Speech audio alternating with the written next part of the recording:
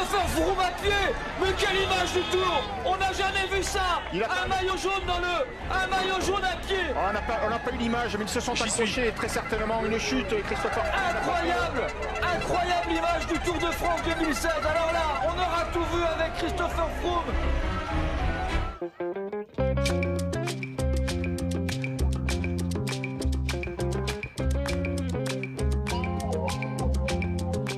Si vous êtes toujours au pack à danser, le vainqueur du jour, c'est lui, Thomas de Rent. Si vous êtes en route pour la caserne, le maillot jaune, c'est lui, Adam Jens. Ah non, pardon, c'est Chris Froome.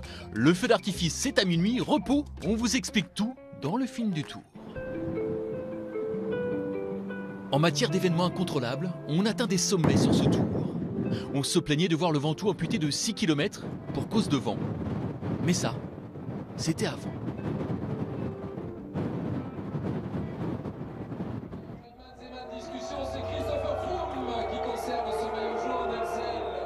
Vent de contestation sur le podium. Chris Froome, maillot jaune sous les sifflets. Conclusion navrante d'une étape abracadabrante.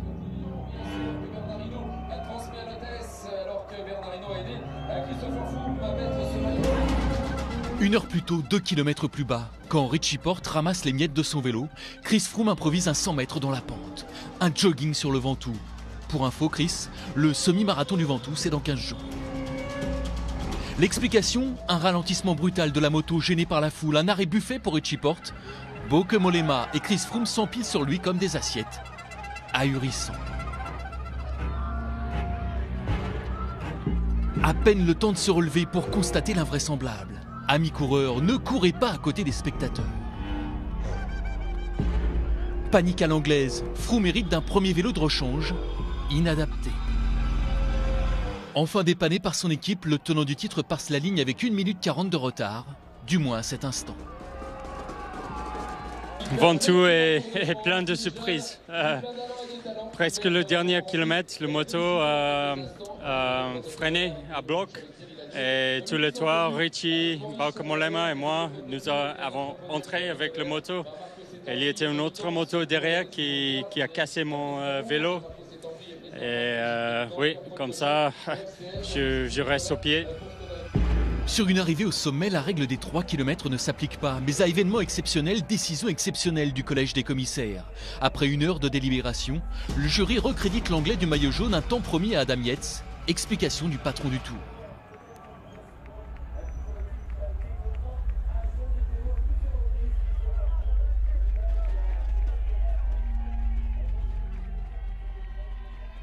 La décision a été prise par le collège des commissaires de l'Union cycliste internationale qui s'est trouvé confronté comme nous à une situation exceptionnelle, voire inédite. Je suis très content avec la décision du commissaire. Je crois que c'était correct.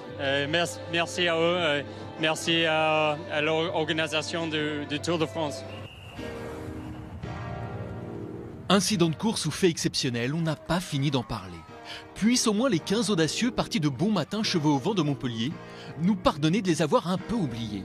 15 intrépides parmi lesquels 3 Français en ce 14 juillet, Lemoine, Coquard et Chavanel.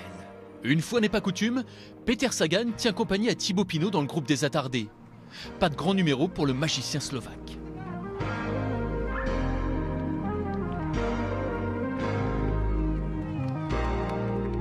De 18 minutes, l'avance des hommes de tête chute de moitié sous l'impulsion des coéquipiers du maillot jaune.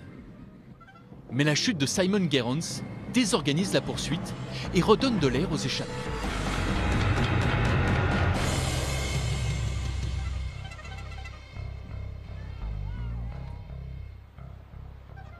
Au pied du Mont Ventoux, Pierre Rolland et son maillot vert se rappellent soudain que depuis David Moncoutier, 11 ans qu'un Français n'a pas scoré un 14 juillet. Attaque sans lendemain, ce ne sera pas non plus pour cette année.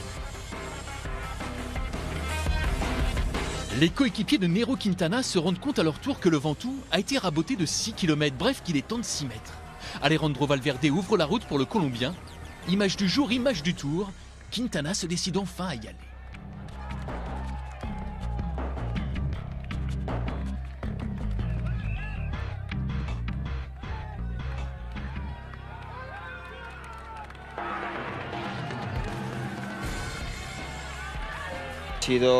Un día extraño.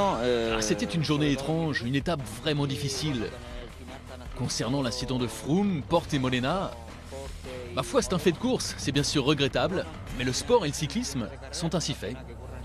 Pero el ciclismo y el deporte este es así. Dieu que la montée semble alors longue pour le maillot jaune, dans une forme de jour férié. Coup de bluff de l'anglais. Chris Froome accélère à son tour, Quintana reste sans réponse. La suite, on la connaît. Et là, d'un seul coup, voilà la machine Froome en marche. Avec tout ça, on en oublierait presque que devant un trio rescapé de l'échappée matinale se dispute la victoire du jour. Les Belges Thomas de Rent et Wouter Poels, accompagnés de l'Espagnol Daniel Navarro. Daniel Navarro lâché, c'est donc un mano à mano entre les Flamands. Après Greg Van Avermaet, un autre coureur belge va s'imposer. Et un coureur belge qui sait ce que c'est que de gagner. Parce qu'il s'impose comme il s'était imposé sur le Giro, il s'impose sur le Tour de France. Premier Thomas de Rent. Battu sur la route de Limoges, Thomas de Rent prend sa revanche avec la manière, maillot à poids du meilleur grimpeur à la clé. Traduction, dernières illusions perdues pour Thibaut Pinot, 157e du jour, à 28 minutes du vainqueur. Reprenons notre souffle avec les classements du jour. Doublé belge au Ventoux, Sylvain Chavanel termine 5e. Au classement général, Chris Froome reste en jaune, avec désormais plus d'1 minute d'avance sur Nairo Quintana. Pas sûr que cette étape rocambolesque contribue beaucoup à la popularité de Chris Froome.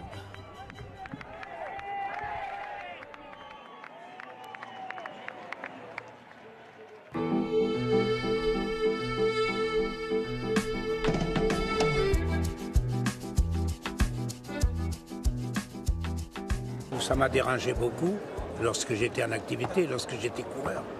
Cette popularité agaçait mes concurrents, même les Français. J'étais tellement populaire, il n'y en avait que Poulidor tous les jours. T'es le plus fort, tu vas gagner et tout. Et je me mets à la place de mes adversaires et de mes concurrents. Ça les agaçait. Le mot d'ordre a été donné. Surtout interdit que Poulidor gagne.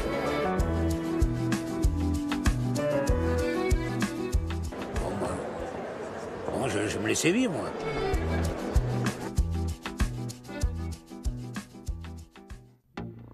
Demain, retour en plaine pour le premier contre-la-montre de ce tour, 37 km pour reprendre ses esprits.